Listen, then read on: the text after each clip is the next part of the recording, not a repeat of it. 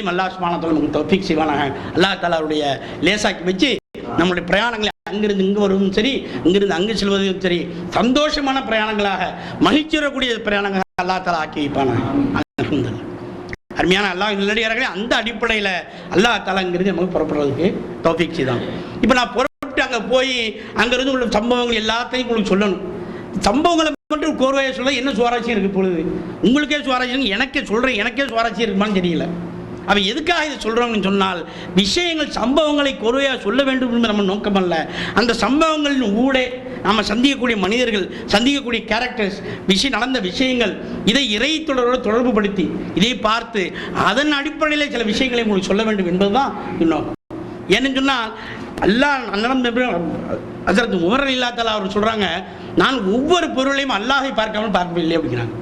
ஹக்கே ஹல்கில் ஒவ்வொரு இடத்துலையும் பார்க்கலாம். அதே மாதிரி அலி இப்னு அபூ தாலிப் ரலியல்லாஹு தஆலா சொல்கிறாங்க, நான் ஒவ்வொரு செயலிலும் ரப்பை பார்க்காமல் இல்லை அப்படிங்கிறாங்க.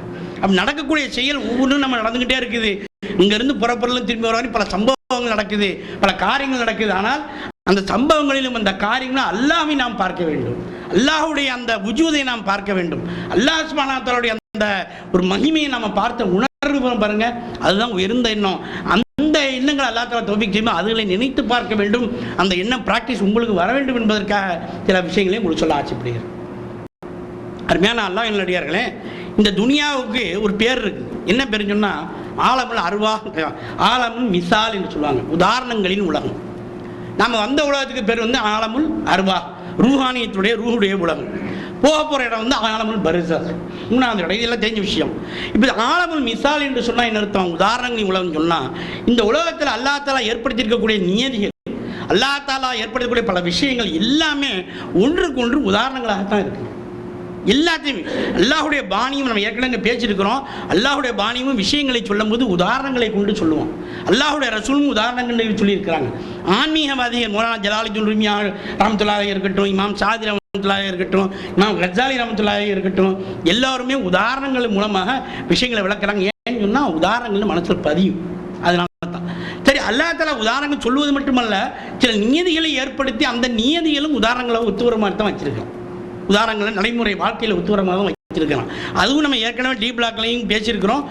நம்ம கோட்டப்பிள்ளியாசிலையும் இந்த நூருல் முஹம்மதியா ஷஃபாத் முஹம்மதியோட 6ஆம் பாகத்தையும் சொல்லியிருக்கிறோம். அதனால் அந்த சொல்ல விஷயங்களையும் இல்லாமல் இப்போ பயணத்தில் உள்ள அந்த உதாரணமாக வரக்கூடிய விஷயத்தை சொல்லுவோம். பாருங்கள், இங்கேருந்து நம்ம ஏர்போர்ட்டுக்கு ஊருக்கு போகணும். ஊருக்கு போகணும்னு சொன்னால் பிளேனில் டிக்கெட் எடுக்கிறோம். டிக்கெட் எடுத்தோன்னு சொன்னால் சாதாரணமாக 2 வகையில் டிக்கெட் எடுக்கலாம். ஒன்று எக்கனாமிக் கிளாஸ், இன்னொன்று பிஸ்னஸ் கிளாஸ், இல்லையா? இப்போ எக்கனாமிக் கிளாஸும் பிஸ்னஸ் கிளாஸும் ஒன்றான்னு கேட்டால் ஒன்றும் கிடையாது. பிஸ்னஸ் கிளாஸுக்கு என்ன வேணும்? முதல்ல தேவைப்படுற கூட காசு கொடுக்கணும். அதான் ஃபஸ்ட்டு. ஒரே வேலையில் இருக்க போகிறது இல்லை.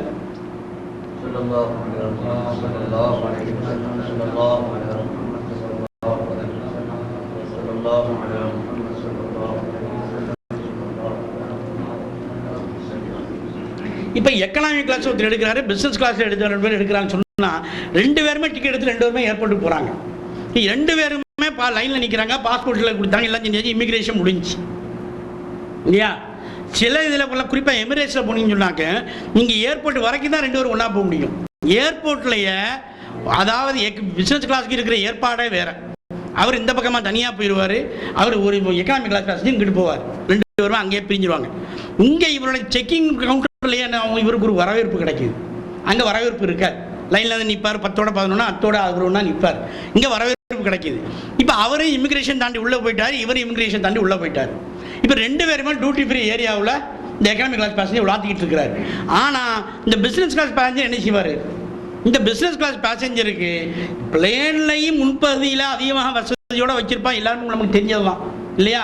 பிளேனில் எல்லோரும் ஏறணும்னு சொன்னால் 99% பிளேனில் வந்து பிஸ்னஸ் கிளாஸ் மூலமாக தான் எக்கனாமிக் கிளாஸ்க்குள்ளேயே போக முடியும், நிறைய போக முடியாது. சில பிளேனில் பின்னாடியே அந்த ஏர் பிரிட்ஜில் இருக்கும், தனியாக போகலாம். நார்மலாக பார்த்தீங்கன்னாக்க பொதுவாக ஏர் இந்தியாவில் இந்த பிஸ்னஸ் கிளாஸ் வழியாக தான் எக்கனாமிக் கிளாஸும் போக முடியும். அப்போ அவர் எக்கனாமிக் கிளாஸ் போயிடுறாரு. பிஸ்னஸ் கிளாஸ் இவர் பிரயாணம் பண்ணும்போது அதுக்கு கிடைக்கக்கூடிய சிறப்புகள்லாம் தனியாக இருக்குது. ஆனாலும் கூட பிளேன் புறப்படுறதுக்கு முன்னால், பிளேன் ஏறுறதுக்கு முன்னாலேயே இந்த பிஸ்னஸ் கிளாஸ் பேசஞ்சருக்கு அந்த ஏர்போர்ட் லவுஞ்சிலேயே, ஏர்போர்ட்டில் டியூட்டி ஃப்ரீ ஏரியாவிலேயே தனியாக ஒரு கிளாஸ் இருக்குது. தனியாக ஒரு இடம் கம்ப்ளீட்டாக ஒரு லவுஞ்சு, அதாவது விஐபி லவுஞ்ச் அல்லது பிஸ்னஸ் கிளாஸ் லவுஞ்சுன்னு ஒன்று போட்டு அங்கே சோஃபா வச்சு அங்கேயே சாப்பாடு உணவு எல்லாமே கொடுக்கப்படுது இல்லையா. கொடுக்கப்பட்டு பிளேன் புறப்படுற நேரத்தில் 2 பேரும் ஒன்றா தான் போகணும். பிளேன் புறப்படுற நேரத்தில் 2 பேரும் ஒன்றா போவாங்க, பிளேனில் ஏறிக்கிடுவாங்க. இதுதான் வாக்கியம் நடக்குது. அல்ஹம்துலில்லாஹ் நம்ம எக்கனாமிக் போனாலும் அல்லாஹ்வோட தௌஃபீகை கொண்டு சிலருக்கு நம்ம பிஸ்னஸ் கிளாஸ் போகிறோம். இந்த தடவை பிஸ்னஸ் கிளாஸில் போனோம், இந்த தடவை பிஸ்னஸாக போனோம். அதே மாதிரியே உங்களுக்கு தனி என்ட்ரன்ஸு. நம்ம ஏர் இந்தியாவில் போனோம், எமிரேட்ஸில் போயிருந்தாலும் ஏர் இந்தியாவில் போகும்போது ஒரே ஏர்போர்ட் தான் இருந்தாலும் உள்ளே போன இமிக்ரேஷன் தானே உடனே நேராக பிஸ்னஸ் லான்ச். பிஸ்னஸ் அதுக்கு சாப்பிட்டு இருக்கும்போது ஒரு சிந்தனை வருகிறது. அந்த அல்லா தாலா அந்த எண்ணத்தை வச்சு போடுறான். சொல்லுவாங்க என்ன என்ன பாருங்கள், எவ்வளோ மிஸ்ஸால் பாருங்கள். நல்ல அடியார்கள் நாமள பெரும்பாலும் நினைச்சோம் எக்கனாமிக் கிளாஸ் கேட்டால் தான் இருக்கும். எக்கனாமிக் கிளாஸ்க்குள்ளே பேமெண்ட் தான் பண்ணியிருக்கிறோம். 5 கடமைகள் என்ற எக்கனாமிக் கிளாஸ் பேமெண்ட்டை மட்டும் பண்ணியிருக்கிறோம். நாம் எக்கனாமிக் கிளாஸ் பேசஞ்சராக இருக்கிறோம். ஆனால் அந்த 5 கடமைகளுக்கு மேலே உப்பு ரசூல், உப்புல்லா, மனித நேயம், தசவுலா, ஆன்மீகம் மற்ற இன்னும் துறையில் இருக்கக்கூடிய ஆன்மீக செல்வர்கள் அதிகமாக அல்லாஹ்வுடைய அந்த நஃபில் மூலம் என்ற எக்ஸ்ட்ரா பேமெண்ட்டை கட்டி அவங்க பிஸ்னஸ் கிளாஸ் பார்த்துருந்தா ஆயிடுறாங்க. இப்போ ஆகும்போது இவங்களுக்கு மலக்குள் மௌத் வரவும் சரி, அவங்களோட மலக்குள் மௌத் வரவும் சரி, இவங்களுடைய உயிர் வாங்கக்கூடிய அந்த பாணி நான் சொன்னா இல்லையா, ஏர்போர்ட் போனவுடனே அதை இவருடைய இதில் வழக்கமாக அவருடைய அந்த தரஜாக்கு ஏற்றப்பட மலக்குள் மௌத் உயிரை வாங்குறாங்க. அதே சமயம் இந்த நஃபில் என்ற எக்ஸ்ட்ரா பேமெண்ட் கட்டி பிஸ்னஸ் காட்டிட்டு வச்சிருக்காங்க. அவங்களுடைய உயிர் எப்படி வாங்கப்படுது? ரொம்ப லேசாக வரவேற்பட யாயிகத்து நஃப்ஸுல் முத்மஇன்னா எரிஜியிலா ரப்பிக்கு ராதியா, அல்லாஹ் புரிஞ்சு கொண்டுலாம் நீங்கள் திரும்பி வாங்கன்னு சொல்லி அங்கே கேட்லேயே அவங்களுக்கு வெல்கம் கிடைச்சிருது இல்லையா. அடுத்தப்பறம் மன்னரையில் இமிகிரேஷன் ஆஃபீஸர் வந்தாச்சு. இவருக்கும் வருவார், அவருக்கும் வருவார். 2 இடத்துல இமிகிரேஷன் கவுண்டர் அதே அரபி தான் உட்காந்துருக்காரு. 2 பேரும் கேட்கிறாங்க, மர்ரப்புக்க மன் தீனுக்க, யாரும் தம்பி எல்லாம் கேட்கப்படுது. கேள்விகள்லாம் ஒன்று தான். ஆனால் எக்கனாமிக் கிளாஸ் பேசஞ்சர் என்ன செய்கிறாரு, அவர் அதோடு படுக்க வைக்கப்படுகிறார். அதே சமயம் பிஸ்னஸ் கிளாஸ் பேசஞ்சர் என்ன செய்கிறாரு, அங்கேயே பிஸ்னஸ் லவுஞ்சாக மாறிவிட்டது. கம்ப்யூட்டர் மன்னரை விரிந்து கொடுக்கிறது. அங்கேயே நாளைக்கு பிளேனில் சாப்பிட்ற உணவு லவுஞ்சில் கொடுக்குற மாதிரி நாளைக்கு சொர்க்கத்தில் கொடுக்கக்கூடிய அந்த உணவுகள் எல்லாம் அல்லாஹ் தஆலா அந்த சிறப்புகள் எல்லாத்தையும் மன்னரையிலேயே கொடுத்து விடுகிறான். மன்னரையிலேயே இருக்கிறான். அது மட்டும் இல்லாமல் இந்த நல்ல உயர்ந்தா இருந்தால் நேராக பிஸ்னஸ் கிளாஸ்க்கு மேலே ஃபர்ஸ்ட் கிளாஸ் ஒன்று இருக்குது, அது இன்னும் பிரபலமாக இருக்கும். அந்த மாதிரி ஆட்கள் நினைக்கலாம் நேரம் அல்லாஹ் தஆலா ரூஹானியை கொண்டு போய் நேராக இல்லியூன் என்ற சொர்க்கத்திலே தங்க வைத்து விடுகிறான். எது வரைக்கும் அந்த பிளேன் டேக் ஆஃப் ஆகணும்ல, கியாமத்தால் மாஷர் மைதானம் வரும் பாருங்க, அது வரைக்கும் இல்லியூனில் உட்காந்து வச்சு தேவைப்பட்ட பிஸ்னஸ் கிளாஸில் வந்து விட்டு வெளியே வந்துக்கலாம், உள்ளே போய்க்கலாம். எல்லா வசதியும் அல்லாஹ் சுப்ஹானஹு வ தஆலா பண்ணி வைத்திருக்கிறான். ஆக நடைமுறையில் பார்த்தீங்கன்னா மிசாலாக நாம் ஒவ்வொரு நாளையும் போகக்கூடிய இடைப்பட்ட இந்த தற்காலிக பிரயாணத்திலேயே அல்லாஹ் தஆலா இந்த வித்தியாசத்தை பாதிக்கிற மனிதனே பாரு, நீ எவ்வளோ நாளைக்கு எக்கனாமிக் பேசஞ்சர் ஆக போகிறாய், இந்த மாதிரி பிஸ்னஸ் கிளாஸ் பேசஞ்சராக நீ ஒரு நாள் எப்போது ஆக போகிறாய் என்று அல்லாஹ் சுப்ஹானஹு வ தஆலா நமக்கு நினைவூட்டக்கூடிய ஒரு இதாகவும் இதனுடைய அல்லாஹ் தஆலா நம்முடைய உதாரணங்களை நமக்கு தந்திருக்கான். அல்லாஹ் தஆலா எல்லாரும் தௌஃபீக் செய்யணும். அந்த நினைவு உங்களுக்கு வருவதற்காகவாது ஒரு கொஞ்சம் சிரமப்பட்டாலும் பரவாயில்ல, பிஸ்னஸ் கிளாஸில் போய் பாருங்கள். போய் பார்க்கும் பொழுது அந்த வித்தியாசங்கள் உங்களுக்கு தெரியும். வித்தியாசம் தெரியும் போது தான் அல்ஹம்துலில்லாஹ் யா அல்லாஹ், நான் என்னுடைய வாழ்க்கையில் எக்கனாமிக் கிளாஸ் பேசஞ்சராக இருக்கிறேனே, என்னை நீ பிஸ்னஸ் கிளாஸ் பேசஞ்சராக ஆக்கி வைப்பாயா, என்னை ஃபர்ஸ்ட் கிளாஸ் பேசஞ்சராக ஆக்கி வைப்பாயா என்ற அந்த எண்ணம் நம்ம மனசில் அல்லாஹ் சுப்ஹானஹு வ தஆலா கொண்டு வருவான். நாம் அந்த துவா கேட்கணும், கேட்டால் தான் கிடைக்கும் இல்லையா. நாம் கேட்க கேட்க அல்லாஹ் சுப்ஹானஹு வ தஆலா அந்த தௌஃபீக்கை நமக்கு தருவாங்க. புகழும் நன்றியும் அல்லாஹ்வுக்கு தான்.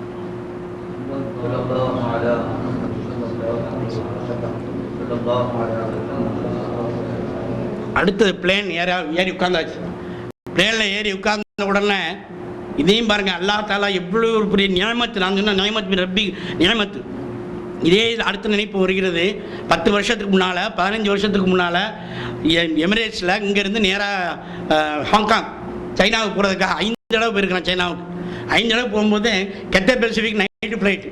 ஆனால் போகிறது இதுலன்னா எமிரேட்ஸில் என்ன காரணம், எமிரேட்ஸ் காலைல 9 மணி ஆஃபீஸ் போன மாதிரி ஏறி உட்காந்துடலாம். இதுவும் காரணம்தான். அதை விட ஒரு தண்ணி எறியாத உள்ளுக்குள்ளே ஒரு கசடான காரணம் என்ன தெரியுமா, இங்கேருந்து இது போய் சேர்றதுக்குள்ள 3 மணி நேரம் கரெக்டாக 3 சினிமா பார்த்துக்கலாம். ஏன், ஒவ்வொரு எமிரேட்ஸ் டப்பாவுக்கு பின்னாலையும் அந்த டிவி இருக்குது இல்லையா. அப்போ அந்த டிவி இருந்து படம் பார்க்க வேண்டும், படம் பார்த்து கொண்டே போகலாம் என்ற அந்த எண்ணத்தை அல்லாஹ் தஆலா இங்கே மாற்றி அதே பிளேன் அத்தனை பேரும் படம் பார்த்துக்கிட்டு இருக்கும்போது அல்லாஹ்வை தஸ்பீ செய்யக்கூடிய, அல்லாஹ்வை நினைவு கூறக்கூடிய, அல்லாஹ்வுடைய மார்க்க விஷயங்கள் படிக்கக்கூடிய தௌஃபீகை செய்தானே, இது அல்லாஹ் செஞ்ச மிகப்பெரிய ஞானத்தார். சுற்றி எல்லாரும் போனோடனே எல்லாருக்கும் முதல்ல கையும் அந்த என்டர்டைன்மெண்ட் தான். உடனே எல்லாருக்கும் பட்டன் அங்கே தான் போயிடுது. அவனும் ஒரு போட்டுறான், இந்த என்டர்டைன்மெண்ட் வில் ஸ்டார்ட் நாவ் அப்படிங்கிறான். இன்னைக்கு வானத்தில் போகும்போது இந்த காலத்து பயங்களை அதிகரித்து விட்டது. உண்மையிலேயே ஏர் இந்தியா பிளேனில் ஏறினவொன்னு உடனே முதல்ல என்ன வந்தது, பைலட் தூங்காமல் இருக்கணுமே அப்படின்னு. ஏன்னா ஏற்கனவே இந்தியன் எக்ஸ்பிரஸ் அது என்ன எக்ஸ்பிரஸ், ஏர் இந்தியா எக்ஸ்பிரஸில் பைலட் தூங்கிட்டான் செய்தி வந்தது. அது தன்னறியாமல் ஒரு பயம் வருது. ஆனால் பாருங்க, எல்லாருக்கும் அந்த டேக் ஆஃப் வரைக்கும் எல்லாருடைய முகத்தையும் சுற்றி பார்க்கும்போது அவரும் முகத்தை ஒரு கிரிம்மாக இருக்குது. என்ன மனசுக்குள்ள எல்லாரும் ஒதுக்கிட்டு இருக்காங்க, டேக் ஆஃப் நல்லா இருக்கணுமா. டேக் ஆஃப் ஆன அடுத்த நிமிஷம் அத்தனை வரை என்டர்டைன்மெண்ட்டில் போயிட்டாங்க. செய்தான் எவ்வளோ வேகமாக மறக்கடிக்கிறான் பாருங்க அல்லா தாலா. அது சுக்குர் செய்கிறது கூட மனுஷனுக்கு நேரம் இல்லாமல் போயிடுது. இதுதான் அல்லாஹ் காப்பாற்றணும். அதாவது ஆதம் அலைஹிஸ்ஸலாம் அவர்களை லொஹர் நேரத்தில் அல்லா தாலா எச்சரிச்சாங்க.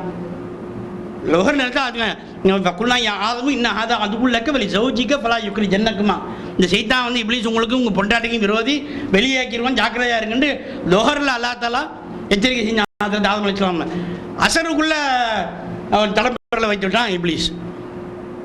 பேரப்பட நமக்கு அந்த அளவு கூட டைம் இல்லை. டேக் ஆஃப் ஆய மேலே போனால் அந்த பெல்ட் லைட்டை அமர்த்தினது போதும், உடனே அவ்வளோ பேர் அந்த என்டர்டைன்மெண்ட் குத்தி இந்த மனநிலையில் சித்தான் வந்து விட்டுறோம். இது ரொம்ப நம்ம முஸ்லீம் எல்லாரும் மற்றவர்கள் சகோதர சமுதாயத்தில் பண்ணுறாங்க, அது வர விஷயம், அவங்களுக்கு அது ஹலால். நம்முடைய தவறுகளும் அதிகமாக அது செய்யக்கூடிய அந்த நிலை ஒன்று இருக்குது. ரெண்டாவது, நிறைய பேர் சுற்றி பார்க்கும்போது ஓத மாட்டேங்கிறாங்க. சுபஹானல்லதி சக்கரல்னா ஆதா. பொதுவாக கல்ஃப் ஏரில் மற்ற பிளேன்கள் எல்லாம் அது ஓதுறாங்க. எமிரேட்ஸ் உள்ள பைலட் தனியாக ஒதுக்கிறாரா என்னமோ அல்லா ஆலம். ஆனால் சத்தம் போட்டு அது ஓதுறதே கிடையாது. மற்ற ஃப்ளைட்டில் இருக்குது. இருந்தாலும் பைலட் ஓதுறாலும் சும்மா கூட நம்ம ஓதணும். நீங்கள் காரில் பாருங்கள், ஸ்டைலாக எல்லாரும் அந்த சுபஹானல்லதி இதை ரெக்கார்ட் பண்ணி வச்சுக்கிட்டு இருக்காங்க. எப்போ காரை ஆன் பண்ண சொல்கிறேன்னு உடனே ஓத ஆரம்பிச்சிடும். ஆனால் நீ ஓதப்பான்னு சொன்னால் நம்ம மறந்தாலும் மறந்துடுவோம், அது ஓதிடுதாங்கிறாங்க. இப்போ நான் கேட்டேன், ரசூல்லா புராக்கில் ஏறணும், புராக்கு ஓதிச்சா ரசூல்லா ஓதுனால புராக்கா ஓதிச்சு ஆயம் ஸல்லல்லாஹு அலைஹி வஸல்லம் தானே ஓதுனாங்க. அப்போ நீ புராக்கில் ஏறி வந்துட்டு நீ ஓதுறது புராக்கு ஓதுறதுன்னு சொல்கிறா. ஏதாவது புராக்கு, இது பராக்கு, இதை போய் ஓதச்சுன்னா அப்போ தெரிஞ்சுக்க இதில் சொல்லிடுறது. நமக்கு மனப்பாடமாக தெரியலன்னு சொன்னால் மனப்பாடம் பண்ணிக்கிறங்க.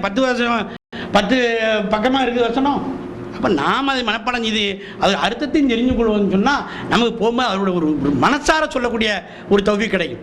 பரிசுத்தமான உன்னோட உதவி கொண்டே இந்த வாகனம் என் வசமாக இருக்குது. யாரெல்லாம் இந்த வாகனம் நீ இல்லாத எனக்கு ஒரு வாகனம் கிடைச்சிருக்காது, இது பிரயாணத்தை பாதுகாப்பெலாம் பிரயாணம் ஆக்கி வைப்பாயாக, நான் உன்னவே திரும்பி வரவாக இருக்கிறேன். டோட்டல் சரண்டர், அதுதான் ரொம்ப முக்கியம்.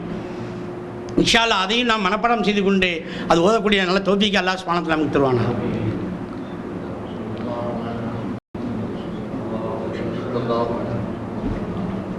அடுத்தது ஒவ்வொரு வருஷமே பாருங்கள், அந்த இடத்துல இருக்கும்போது இந்த தஸ்பீஹ் செய்கிறது, இந்த இது சொல்லலாம், இதை கடைப்பிடிங்க. இதில் மிகப்பெரிய நன்மைகள் இருக்குது. அந்த நன்மை என்னன்னு சொல்லணும். பொதுவாக நம்ம தஸ்பீஹ் செய்கிறோம், திக்ரு செய்கிறோம், அதோடைய நன்மைகள் ஒரு பக்கம் இருக்கட்டும். அதே சமயம் நிறைய பேர் பாருங்கள், நானும் என்னையும் சேர்த்து தான் முன்னாடி வச்சுருது, யாராவது ஃப்ரெண்ட்ஸ் இருந்தால் பொது இடம் இருந்தால் தூக்கி சோப்பில் வச்சிடுறது. என்ன காரணம், அதை இன்னும் பெருமைக்காக பண்ணுறோன்னா அவங்க நினச்சிருவாங்களோ அல்லது கேலி பண்ணுவாங்களோ, அல்லது நமக்கு ஒரு வெக்கப்பட்டு உலக வச்சிடுறது. ஆனால் நாயம் ஸல்லல்லாஹு அலைஹி வஸல்லம் வாக்கு எப்படி இருக்குன்னு சொன்னால் நேர் மாற்றமாக இருக்குது. தனியாக ரகசியமாக இஹ்லாஸோட அல்லாஹுக்காக நம்ம செய்யக்கூடிய தஸ்பீஹுடைய நன்மைகள் வேறு. ஆனால் அதே சமயம் பல பேர் இருக்கக்கூடிய சபையில் மற்றவர்கள் மற்ற விஷயங்களில் ஈடுபட்டிருக்கிற நேரம் தஸ்பீஹ் செய்கிறது ரொம்ப சிறப்பானது. அதுக்குன்னு சில பேர் பார்த்தாக்க இந்த ஒரு பயான் மஜ்லிஸ் இருக்கும், பயான் மஜ்லிஸ் அவங்க தஸ்பீஹ் ஓடிட்டு இருப்பாங்க, அது தேவையில்லை. அப்போ பயானத்தை கான்சன்ட்ரேட் பண்ணி கேட்கணும். அதே சமயம் மற்ற உலக விஷயங்களில் ஈடுபட்டு இருக்கும்போது நாம் தஸ்பீஹ் செய்யக்கூடிய இருக்குது, இது அல்லாஹுடைய புறத்தில் மிகப்பெரிய கண்ணியத்தை கொடுக்கக்கூடியதாக இருக்கிறது. முதலாவதாக நாயம் ஸல்லல்லாஹு அலைஹி வஸல்லம் ஒரு ஹதீஸை சொன்னாங்க. ஒரு இடத்துல எல்லா விதமான மரங்களும் பட்டு போயிருக்குது. அந்த பட்டு போன மரங்கள் மத்தியில் ஒரே ஒரு மரங்கள் மட்டும் பூத்து குலுங்குனா எவ்வளோ சிறப்பாக இருக்கும். அந்த நன்மையை அல்லாஹ் சுப்ஹானஹு வ தஆலா தஸ்பீஹ் சபையில் நாம் செய்யறோம். அதுக்கு உங்களுக்கு ரொம்ப அருமையான வாய்ப்பு ட்ரெயினில் போகும்போது பிளேனில் போகும்போது உங்களுக்கு கிடைக்கும். இன்ஷா அல்லாஹ் அதை கடைப்பிடிக்கணும். முன்னோரியில் சொல்கிறாங்க, போரில் அதாவது மூத்தானாக மத்திய ஹயாத்தாக இருப்பை போன்றவர் இருக்குது அப்படிங்கிற நன்மையை நாயம் ஸல்லல்லாஹு அலைஹி வஸல்லம் சொல்லியிருக்கிறார்கள். அதுக்குமா கால ரசூல் ஸல்லல்லாஹு அலைஹி வஸல்லம். மூன்றாவதாக ஜிஹாது நடக்கும் பொழுது அத்தனை பேரும் ஓடி போய் புறமுகிட்டு ஓடிவிட்டார்கள். ஒருவர் மட்டும் நின்று சண்டை பிடிச்சிக்கிட்டு இருந்தால் என்ன கண்ணியம், அந்த கண்ணியத்தை அல்லாஹ் சுப்ஹானஹு வ தஆலா எல்லோரும் ஈடுபடும் போது அங்கே தஸ்பீஹ் செய்து கொண்டிருக்கிறவருக்கு அல்லாஹ் தஆலா தருகிறான் இருக்குது. நம்ம அந்த மாதிரி பிளேனில் வாகனம் போகும்போது எல்லோரும் உலக விஷயங்கள் ஈடுபட்டு இருக்கும்போது நீங்கள் அங்கே தஸ்பீஹ் செய்யும்போது தஸ்பீஹ் செய்யக்கூடிய நன்மையும் கிடைக்கிது.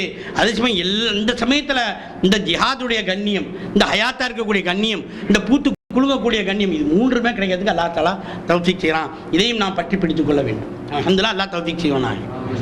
அப்போ அங்கே பிளேனில் போகும்போது அடுத்து வரக்கூடிய விஷயந்தான் நான் உணவு வருது, சாப்பாடு வருது. சுடத்தில் சாப்பாடு வரும்போது நாம் அதை நினச்சி பார்க்கணும்.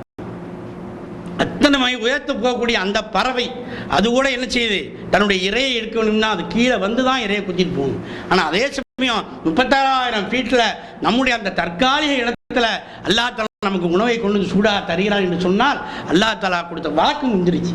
அல்லாஹ் குர்ஆன்ல வாக்கு கொடுத்தான், வமா மின் தாபத்தின் ஃபில் அர்தி இல்லா அலல்லாஹி ரிஸ்குஹா வ யஅலமு முஸ்தகர்ரஹா முஸ்தௌதஹா குல்லும் ஃபீ கிதாபின் முபீன்.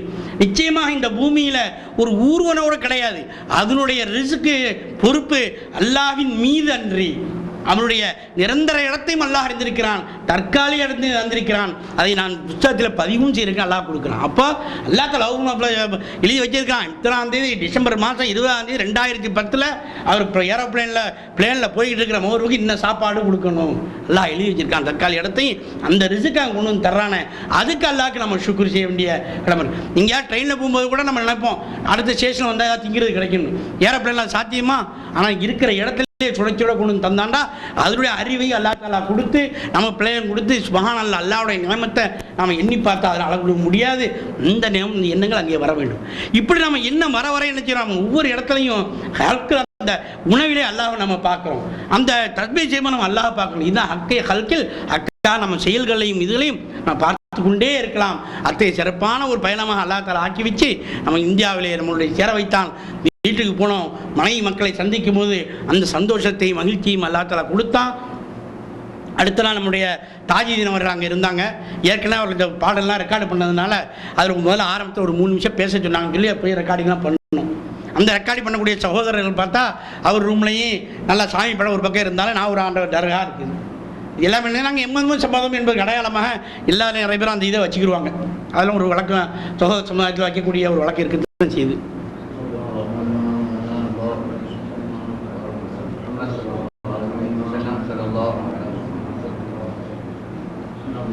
நல்லபடியாக 22ஆம் தேதி காலைல அல்லாஹ்வோட கிருபையை கொண்டு ட்ரெயினில் ஊருக்கு போய் சேர்ந்தாச்சு. 22ஆம் தேதியே முதல் கல்யாணம். ஆனால் முக்கியமாக இதில் ஒரு நல்ல ஒரு விஷயம், அல்லாஹ் தஆலா தரக்கூடிய நிலைமை என்னன்னு சொன்னால், காரில் போகும்போது காரை வீட்டுக்கு பெட்டி அனுப்பிட்டு முதல்ல பள்ளியாசல் போய் 2 ரக்காத் சுன்னத் தொழுவிட்டு, ஏன்னா நாயம் ஸல்லல்லாஹு அலைஹி வஸல்லம் சுன்னத் இருக்கிறது.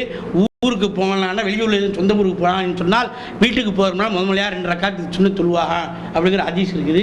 அந்த ஹதீஸை ஹயாத்தக்கூடிய தௌஃபீக்கு அல்லாஹ் சுப்ஹானஹு தந்தான். நம்மளுடைய சொந்த ஊருக்கு போகிறோம், ஊருக்கு போனால் உங்களுக்கு கீழக்கரை மேளத்தினுடைய அந்த கல்யாணத்துடைய காலங்களை வந்து நான் சொல்ல முடியாது. இன்ஷால்லாஹ் நீங்களாம் வாங்க அந்த சீசனில்.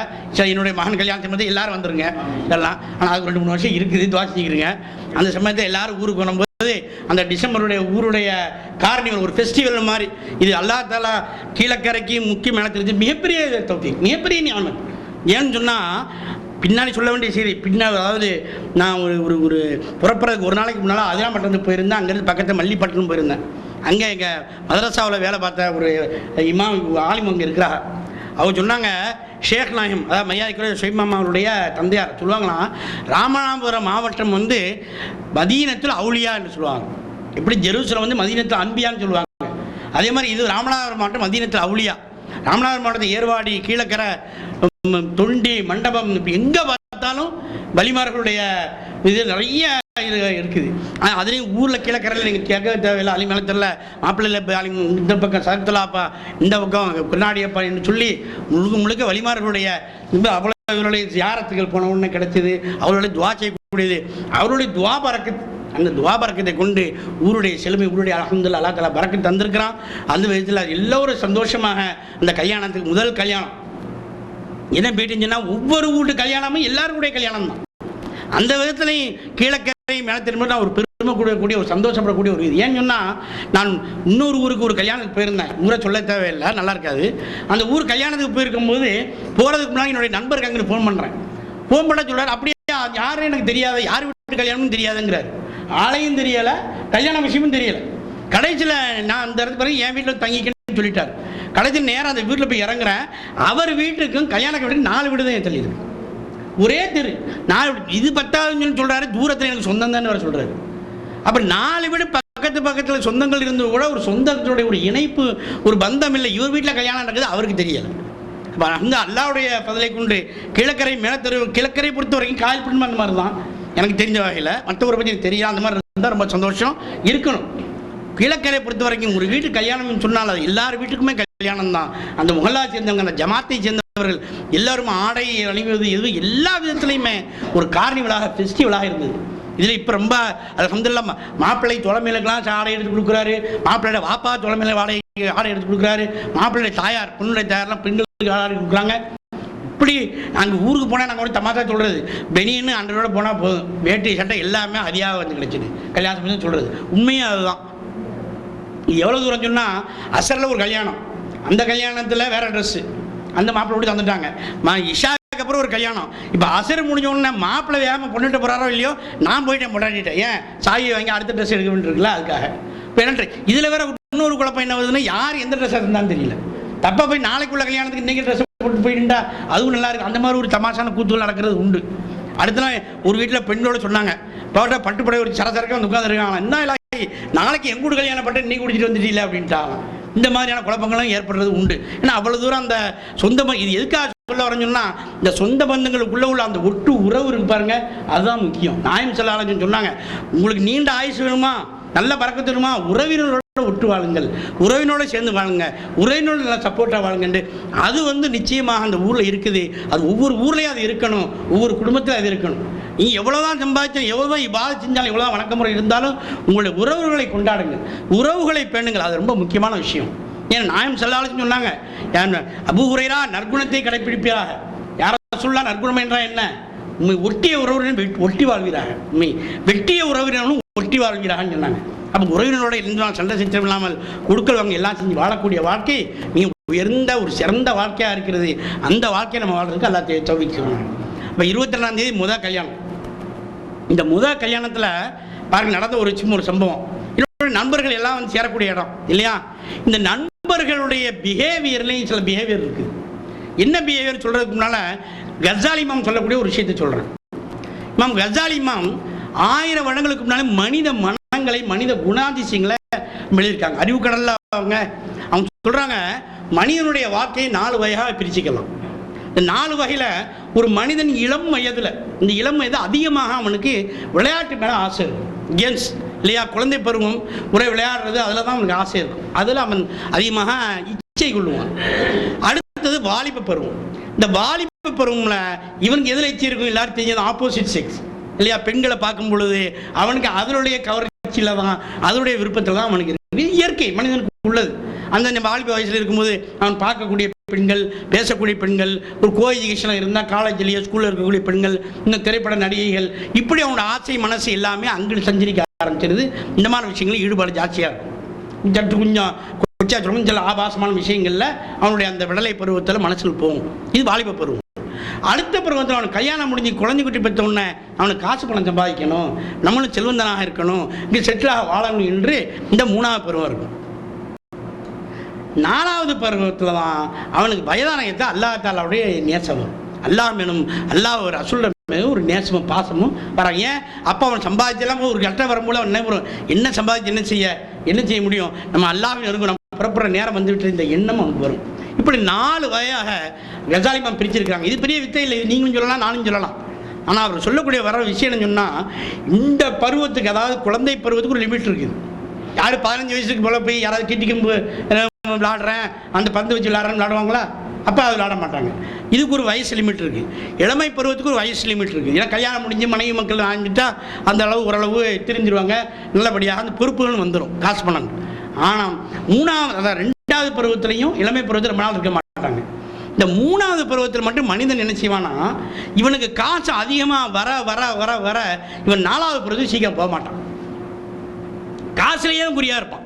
அதைத்தான் நாயம் ஸல்லல்லாஹு அலைஹி வஸல்லம் சொன்னாங்க, ஆதமுடைய மகனுக்கு ஒரு அளவு, ஒரு வேலி அளவு, அதாவது ஒரு பள்ளத்தாக்கு அளவு தங்கத்தை ஓடினாலும் இன்னொரு பள்ளத்தாக்கு வேணும் தான் கேட்பான், இன்னொரு தங்க பள்ளம். ஏன்னா அந்தளவு உனக்கு காசு மேலே ஆசை, இந்த காசை சம்பாதிக்கிறதுலே தான் இருக்கிறத தவிர அவன் 4ஆவது நிலைக்கு சீக்கிரமாக போகவே மாட்டான். குர்ஆன் அல்லாஹ் சொல்கிறான், அல் ஹாக்கும் தகாசுர் ஹத்தா ஜுருத்துமுல் மகாபிர். ஏன்னா உன்னுடைய காசு ஆசை, இந்த காசு சேகரிக்கணும், இந்த ஆசை, அந்த வெறி இருக்க உனக்கு கபூர் வரைக்கும் உனக்கு இழுத்துட்டு போகுது. ஏன்னா கபூர் வரைக்கும் இவனுக்கு அந்த 4ஆவது கட்டத்துக்கு போகணும், அதை போய் சம்பாதிக்கிறோம், எவ்வளோ சம்பாதிச்சிட்டோம் நம்ம, அதனால் அடுத்த கட்டத்தில் அல்லாஹ்வுடைய ரசூலையும் அதில் அல்லாஹ்வுடைய அந்த ஹுப்புல், அதாவது அடியார்கள் முகக்குள் அந்த அடியார் இருக்கிற மாதிரி சமுதாயத்தில் செய்வோம், மனித நேரத்தில் அந்த எண்ணமே வராது. ஒரு காசுக்கு மேலே காசு, காசுக்கு மேலே காசுன்னு அதிலேயே தான் நாட்டை இருந்துக்கிட்டே இருக்கும். அதான் அல்லா தஆலா சொல்லுவாங்க, ஹாக்கும் தக்காத்துர் ஹத்தா ஜுருத்துமுல் மக்காபர். ஆனால் ஒரு நாள் நீ அறிந்து கொள்வாய் இதனால் ஒன்றுமே பிரயோஜனம் கிடையாது அப்படிங்கிறது. நீ எவ்வளோ செல்வந்தர்கள் பார்க்கலாம், அவருடைய வளர்ந்து வளர்ந்து ஒரு மகன்கள் ஆளாயிருப்பாங்க. மகன்கள் தான் ஆளாயிட்டாங்களே, மகன்கள் தான் சம்பாதிக்கிறாங்களே, நான் போய் சமுதாய சேவை செய்கிறேன், மக்களுக்கு சேவை செய்யணும்னு எவனும் போக மாட்டான். இவன் சம்பாதிக்கிட்டே இன்னும் காசு, மேற்கொண்டு காசு, மேற்கொண்டு காசு. இதுக்கு இவர் சாதகமான பழமொழிலாம் எடுத்துக்கிடுவார். சாதகமான சொல்லக்கூடிய அதிர்ச்சிலாம் அதில் பாசிட்டிவாக எடுத்துக்கிடுவார். அதாவது ஒரு சொன்னாங்க, நாளை மௌத்தாகி விடுவோம் என்ற எண்ணத்தில் தொழுவாயாக, நிரந்தரமாக வாழப்போகிறோம் என்ற எண்ணத்தில் சம்பாதிப்பாயன்னு சொல்லுவாங்க. இவர் முந்தது மட்டும் எடுத்துக்கிடுவார். நிரந்தரமாக வாழப்போகிறோம் என்ற இதில் சம்பாதிக்கிட்டே இருப்பார். ஆனால் நீ நாளை மௌத்தா போகிற நேரத்தில் அமல் செய்யும் சொல்லிக்கிறத அதை செய்ய மாட்டார். புரியுதா இல்லையா? ஆனால் இந்த மனநிலை இருக்கு, நாளாக போக மாட்டாங்க. அதே சமயம் இந்த மூணாவது கட்டத்தில் தோல்வியாளர் தெரிஞ்ச அளவுக்கு வெற்றி பெறாக இருப்பாங்கல்ல, எல்லாருமே துபாய்க்கு வரும்போது எல்லாருமே டாப் லெவலுக்கு போயிடணும், கோடி சொன்னா போயிடணும், பெரிய போஸ்ட் வரணும் தான் வர்றோம் இல்லையா? யாராவது வந்தாலுக்கு ஆஃபீஸ் பாய் வந்தாலுக்கு நான் ஆஃபீஸ் பாயே கேமரா வரைக்கும் பண்ணி இருக்கிறோமா, அல்ல கிளர்க்கு வேலைக்கு வந்தாலும் சரி, ஒரு அசிஸ்டன்ட் மேனேஜர் வந்தால் மேனேஜராக போகும், மேனேஜர் வந்தால் ஜெனரல் மேனேஜராக போகும். எல்லோருமே தன்னோட நிலை உயர்ந்துன்னு நினைக்கிறோம். ஆனால் குறிப்பிட்ட ஒரு எல்லையில் அவருக்கு அது உங்களை தாண்டி வெற்றிகரத்தில் போக முடியல என்று சொன்னால் அந்த மனிதனுக்கு சீக்கிரமாக 4வது ஸ்டேஜுக்கு போயிடுவார். அல்லாஹ்வுடைய நேசமும் அல்லாஹ்வுடைய ரசூல் மேலே பாசமும் அந்த மார்க்க சிந்தனைகளும் மார்க்க விஷயங்களும் வந்துடுது அப்படிங்கிற ஒரு விஷயத்தையும் கதாலிமாம் சொல்கிறாங்க. இவர்கள் உடனே 4வது நிலைக்கு சென்று சொல்லிட்டு இந்த 4வது நிலைக்கு உடனே போன உடனே இந்த 2வது நிலை 3வது நிலையில் இருக்கிற நண்பர்கள் இருக்காங்கல்ல, அதில் குறிப்பாக 2வது நிலையில் ஒட்டிக்கிட்டு இருக்கிறாங்க. யார் இவர் 3வது நிலை இருக்கிறாரு. 3வது நிலையில் தான் அந்த 2வது நிலையில், அதாவது கொஞ்சம் கொச்சையாக சொன்னால் பெண்கள் மன்னிக்கணும், ஜொல்லு பாட்டியிருப்பாங்கல்ல, இந்த 3வது நிலையில் இருப்பார். ஆனால் இவர் 2வது நிலையில் மனநிலை இருக்கும், மென்டாலிட்டி இருக்கும். இன்னமும் சினிமா பார்த்துக்கிட்டு, இன்னமும் கொஞ்சம் தமாஷா நண்பர்களோட பேச ஆபாசமாக பேசிக்கிட்டு இப்படி இருப்பார். இவர்கள் 4வது நிலைக்கு போனவர்களை கேலி செய்வார்கள், நக்கல் அடிப்பார்கள், கிண்டல் செய்வார்கள். 1000 வருடங்களுக்கு முன்னால் 900 வருடங்களுக்கு முன்னால் கசாலி எழுதி வச்சிருக்கிறார்கள். அதை நான் ஒவ்வொரு வருஷமும் என் நண்பர்களை பார்த்துக்கிட்டு தான் இருக்கேன். ஒவ்வொரு வருடமும் அந்த 4வது நண்பர்கள் கேலி கிண்டல், பயன் பண்ணுறாங்களா தெரியாது, குழப்பம் தெரியாது, அப்படி எப்படி இருந்தா உங்களுக்கு யாரும் கேட்க மாட்டாங்க, உங்களுக்கு யாரும் பார்க்க மாட்டாங்க, நண்பருடைய கேலின்னு இது கேலியே பண்ணிக்கிட்டு இருக்கும்போது ஆரம்பத்தில் கோபம் வரும். என்னடா இப்படி கேள்வி பண்ணுறானுங்களே. அடுத்த ஸ்டேஜில் சரி பண்ணுற வேலை பண்ணால் பண்ணிட்டு போகிறோம், நம்ம அல்லாவுக்காக பண்ணுறோம் அப்படின்னு நம்ம ஒரு நிலை வரும். இப்போ என்ன ஆகுது, இந்த கசாலி மாமுடைய இஹ்யாவுல் படித்த உடனே அன்றைக்கி எழுதி வச்சது இன்றைக்கி மாப்பிள்ள ப்ராக்டிக்கலாக நடத்திட்டு இருக்கிறாரு அப்படின்னு சொல்லி இருந்தாலும் கூட 4 பேர் சபையில் இருக்கும்போது அவர் நம்மளோட கண்ணியத்தை குறைக்கிற மாதிரி அவர் திருப்பி பேசும்போது என்ன ஆகும், நம்ம மனசில் ஒரு வருத்தம் வரும். ஆனால் அதையும் நான் கசாலிமாம் வேற ஒரு இடத்த சொல்லிட்டாங்க. இப்லீஸுடைய டெக்னிக், சைத்தானுடைய டெக்னிக். சைத்தான் ஜீவனா தன்னை விட்டு ஒரு கஸ்டமர் போகிற மாதிரி தெரிஞ்சா அந்த கஸ்டமருடைய நண்பர் மூலமாக திருப்பி இழுப்பான். இழுத்து அந்த கஸ்டமர் வரமாட்டாருன்னு தெரிஞ்சிட்டா அந்த நண்பர் மூலமாக அவரை கேவலப்படுத்துவான். இப்போ நடக்கிறது என்ன, இந்த 2 பகுதியும் நடந்துகிட்டு இருக்கும். நண்பர் மூலமாக தான் இது நடக்கும். இவன் நினைச்ச சபையில் 4 பேர் இருப்பாங்க, இன்னைக்கு நல்லா பயந்து மார்க்கெட் டவுட் கேட்டுக்கிட்டே பாரு, இவனோட மார்க்கம் கேட்குறலாக்க இவ அந்த காலத்தை என்ன செஞ்சா தெரியுமா அப்படின்னு போட்டு போடுவார். இவங்க அப்படியே மாறிய கொதிக்கும். இதுதான் அதையெல்லாம் சகிச்சுக்கிறோம். ஏன் நாம் சகித்து கொண்டா நம்மளை அவன் எவ்வளவுதான் தாழ்த்தாலும் அல்லாஹ் அங்கே உயர்த்தி வைப்பான். அதான் நான் சொல்ல வர்ற விஷயம். நாம் அந்த சகிப்புத்தன்மையோட அவர்கள் பேசப்போன்னு சொன்னால் அங்கே அல்லாஹ் கவனிச்சுக்கிடுவோம். நம்மளை ஒரு ஆள் திட்டுறாங்க, நம்மளை ஒரு ஆள் கேள்வி பண்ணுறாங்கன்னு சொன்னால் அப்போ நாம் அதிகமான சகிப்புத்தன்மை இருந்தால் அதற்கு பதிலளிக்க கொடுக்கக்கூடிய பொறுப்பை அல்லாஹ் தஆலா அங்கே செலஞ்சிடும். இந்திய காலத்தில் அதில் ஒரு அபூபக்கர் சித்திக் ரலியல்லாஹு அன்ஹு அவர்களை ஒரு காஃபிர் வந்து திட்டிக்கிட்டே இருக்கும்போது அபூபக்கர் சித்திக் ரலியல்லாஹு அன்ஹு அமைதியாக இருக்கிறாங்க. நாயகம் ஸல்லல்லாஹு அலைஹி வஸல்லம் அவர்கள் சிரிக்கிறாங்க. பாருங்க, அபூபக்கர் சித்திக் திட்டும்போது ரசூலுல்லாஹ் என்ன செய்யணும், கோவப்பட்டிருக்கிற நியாயம், சிரிக்கிறாங்க. கொஞ்சம் நேரம் ஆன உடனே அபூபக்கர் சித்திக் ரலியல்லாஹு அன்ஹு அவர்களுக்கு பொறுக்க முடியாமல் திருப்பி பதில் சொன்னாங்க. அவனை பேசுறதுக்காக பதில் சொல்லும் போது ரசூல் ஸல்லல்லாஹு அலைஹி வஸல்லம் முகம் வாடிடுச்சு. அபூபக்கர் சித்திக் திட்டு வாங்கும் போது ரசூலுல்லாஹ் சிரிக்கிறாங்க. அபூபக்கர் சித்திக் பதிலுக்கு தப்பு இல்லை, நல்லா திட்டுறாங்க. பதில் பேசும்போது ரசூல் ஸல்லல்லாஹு அலைஹி வஸல்லம் முகம் வாடிடுது. இப்போ அவன் போன உடனே இதுக்கு விளக்கம் கேட்கப்பட்டது. அப்போ நாயகம் ஸல்லல்லாஹு அலைஹி வஸல்லம் சொன்னாங்க, அபூபக்கரே அவன் உங்களை திட்ட ஆரம்பித்த உடனே நீங்கள் சைத்துக்கிட்டு இருந்தீங்க, அல்லாஹ் ஒரு மலக்க வச்சு அவனை திட்டிக்கிட்டு இருந்தான். என்ன பாருங்க, வந்தவன அல்லாஹ் தஆலா மலக்க நீங்கள் பண்ணிட்டான், அவர் திட்டிக்கிட்டு இருந்தாங்க. நீங்கள் பதில் சொல்ல ஆரம்பிச்ச மலக்கு புறப்பட்டு போயிட்டாங்க. அப்போ நாம சகிப்புத்தன்மையோடையும் நாம பொறுமையும் இந்த மாதிரி கட்டங்கள் இருப்போம் என்று சொன்னால் அதோடைய காரியத்தை அல்லாஹ்வே எடுத்துக்கிடுவோம். அல்லாஹ் அதை வச்சுக்கலாம். இப்போ எல்லாம் எடுத்துக்கணும், இப்போ எடுத்தானா என்ன செஞ்சுங்கிறது அதை தான் சொல்ல வரும். ஏன்னா நான் ஏற்கனவே சொல்ல வந்த விஷயம் ஹக்கே ஹல்கு ஹக்காக பார்க்கலாம், அதான் முக்கியமான விஷயம். பாருங்க, இந்த நண்பர் என்னுடைய நண்பர் 6 பேர் நண்பர் தான், ஆனால் மிதமிஞ்சி கேள்வி பண்ணுறாரு, மிதமிஞ்சி அந்த இடத்துல நம்மளுடைய கண்ணியத்தை குறைக்கிற மாதிரி, நான் தப்பாக நினைக்கிற மாதிரி சொல்லிக்கிட்டே இருக்கிறாரு. ஒரு நட்பின் காரணமாக நம்ம இந்த புத்தகங்களை படித்ததும் காரணமாக அல்லா தஆலா சொல்லி தௌஃபீக் நமக்கு கோவம் வந்துடும். அமைதி காத்து இதோடு இருக்கிறோம். முடிஞ்ச நேரத்தில் ரொம்ப ஒரு லீல, அதான் இது இன்னும் கொஞ்சம் பேசினாலும் நம்ம ரீட்டைல் பண்ணிடுவோம். அந்த மாதிரி நிலைமையில தான் அவனோட கல்யாணத்துக்கு வந்து அந்த மாப்பிள்ளை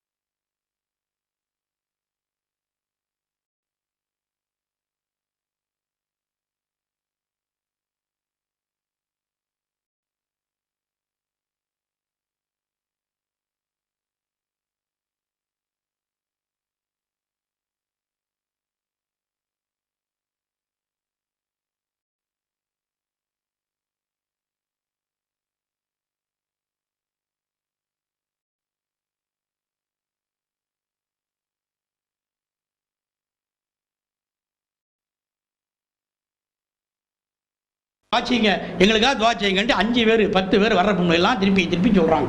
முதல் அன்னைக்கு ஒரு வருஷம் கழிச்சு பார்க்குறாங்கல்ல, அப்போ அந்த இடத்துல நம்ம நிற்கும் போது அவங்க சொல்கிறாங்க சொல்லிட்டே இருக்காங்க, இவருக்கு துருன்னு ஏறிக்கிட்டே இருக்கு. பார்க்கும்போது என்னடா இது, நம்ம இவனை இந்த கீழே நிற்கும், இங்கே வந்து அவ்வளவு துவா செய்யுங்கன்னு சொல்லி அவர் எவ்வளோ தூரம் பொறுமை இருந்தால் கடைசியில் என்கிட்டையும் துவா செய்ய சொல்லலாம், நானும் துவா செய்யத்தான் செய்வேன் அப்படின்ட்டார். அவர் விரக்தியில் என்னடா இவன் இவ்வளோ தூரம் இறங்கிட்டு இருந்தோம் சொன்னா, அப்போ எவ்வளோ தூரமாக அல்லா தஆலா பாருங்க, இதுக்கு நேர் ஆப்போசிட்டாக எங்கே கொண்டு ஏற்றலாம் பாருங்க. அதே ஊர் ஜனங்களை ஒன்று நீ தைத்து கொண்டா பொறுமையாக இருந்தால் இங்கேயே உங்களை கண்ணியத்தை நான் கூட்டி காமிக்கிறேன் பாரு அப்படின்னு அல்லாஹ் சுப்ஹானஹு வ தஆலா அந்த இடத்துல கூட்டி காமிக்கிறேன். இதே மாதிரி இன்னொரு கல்யாணத்தில் ஒரு கல்யாணம் முடிவு இந்த வருஷம் இல்லை போன வருஷம் உள்ளது, அதை ஞாபகப்படுத்துகிறேன். ஒரு நண்பர் சொல்கிறார், மச்சான் நீங்கள் கிளச்சிருக்காரு மச்சான், உங்களை பற்றி நான் நல்லதாக நினச்சிக்கிட்டு இருந்தேன், ஆனால் உங்கள் நண்பர்கள் வந்து நேற்று நீங்கள் அந்த காலத்தை கூத்தலான்னு சொன்னாங்க, என் மதிப்பு நீங்கள் அப்படியே இறங்கிட்டியே அப்படின்றார்.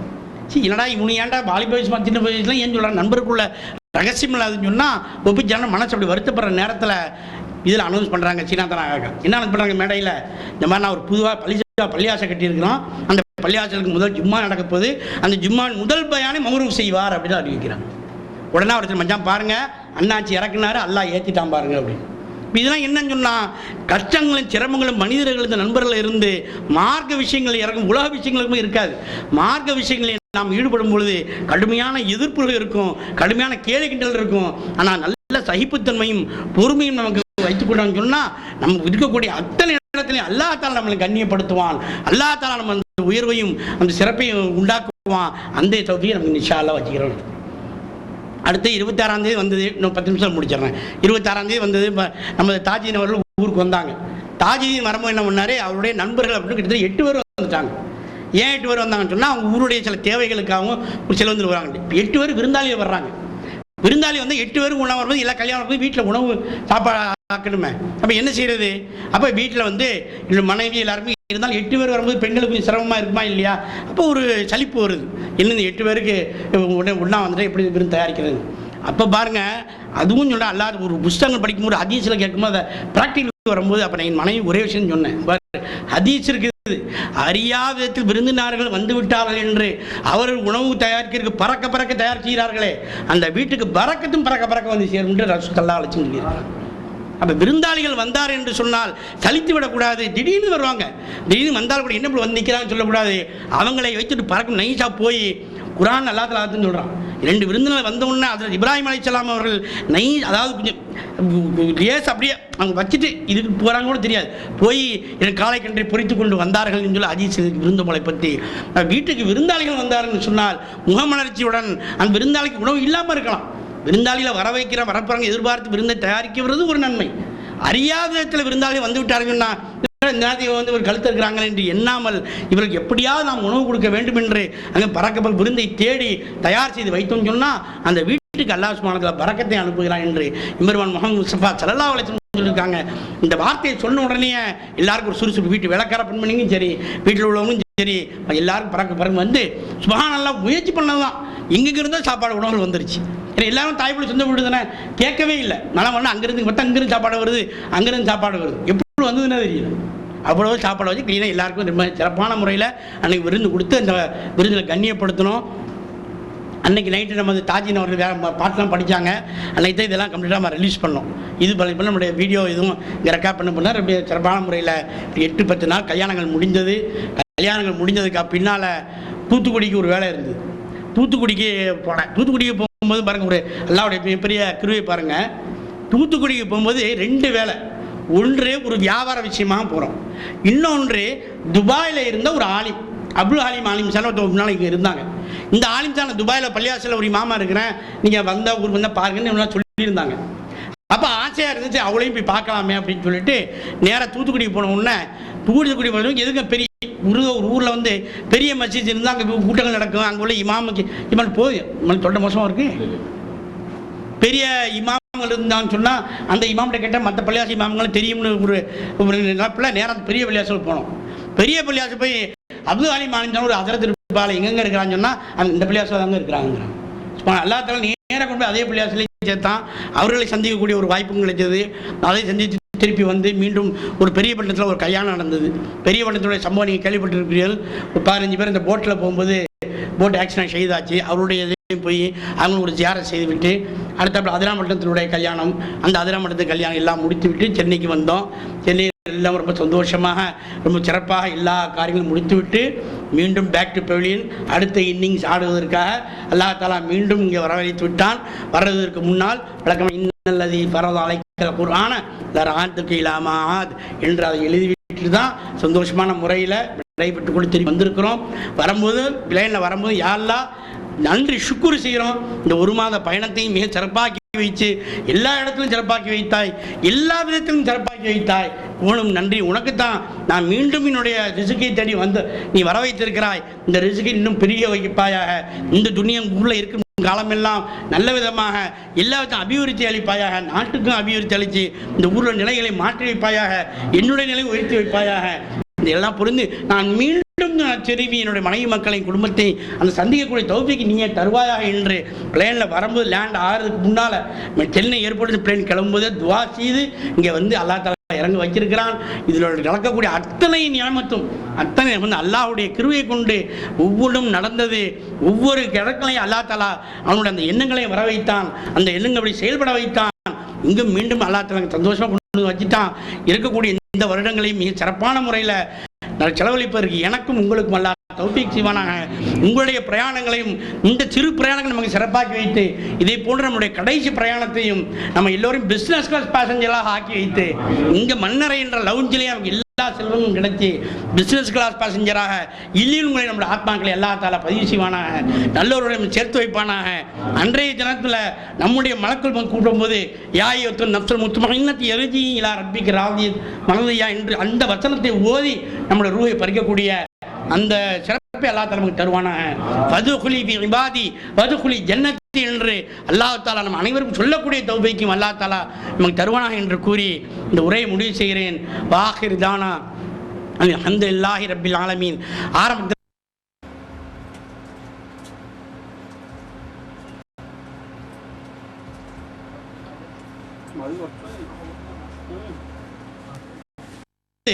டக்குன்னு எல்லாருக்கும் எனக்கு தான் அல்லா தான் நம்மளோட மனசில் என்னத்தை போட்டேன் அதுக்காக சொல்ல வரேன்.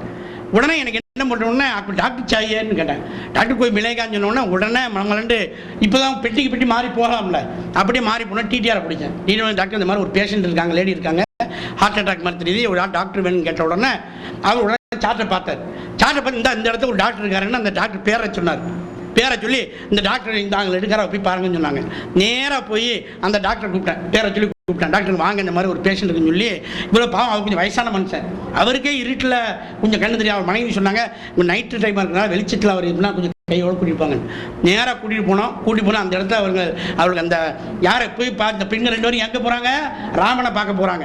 ஆனால் அங்கே நேராக வைத்திய வழி குணப்படுத்த அந்த டாக்டர் பேர் என்னமா முகமது ஜமால் முகமது டாக்டர் மூலமாக ராமரை பார்க்க போன பெண்மணி அல்லாஹ் சுப்ஹானஹு வ தஆலா காப்பாற்றி அந்த இடத்துல வந்து ஒன்றா அவர் வந்து வைத்தியம் பார்த்தாங்க. அந்த பெண்மணி முடிச்சுக்கிட்டாங்க. காலையில் விடிஞ்சதுலேருந்து காலையில் திருச்சியில் வண்டி நிற்கிது, கிட்டத்தட்ட மானாமர் வைக்குது, ராம்நாடு வரை என்ன தவிர யார்கிட்டையும் அவங்க பேசவே இல்லை.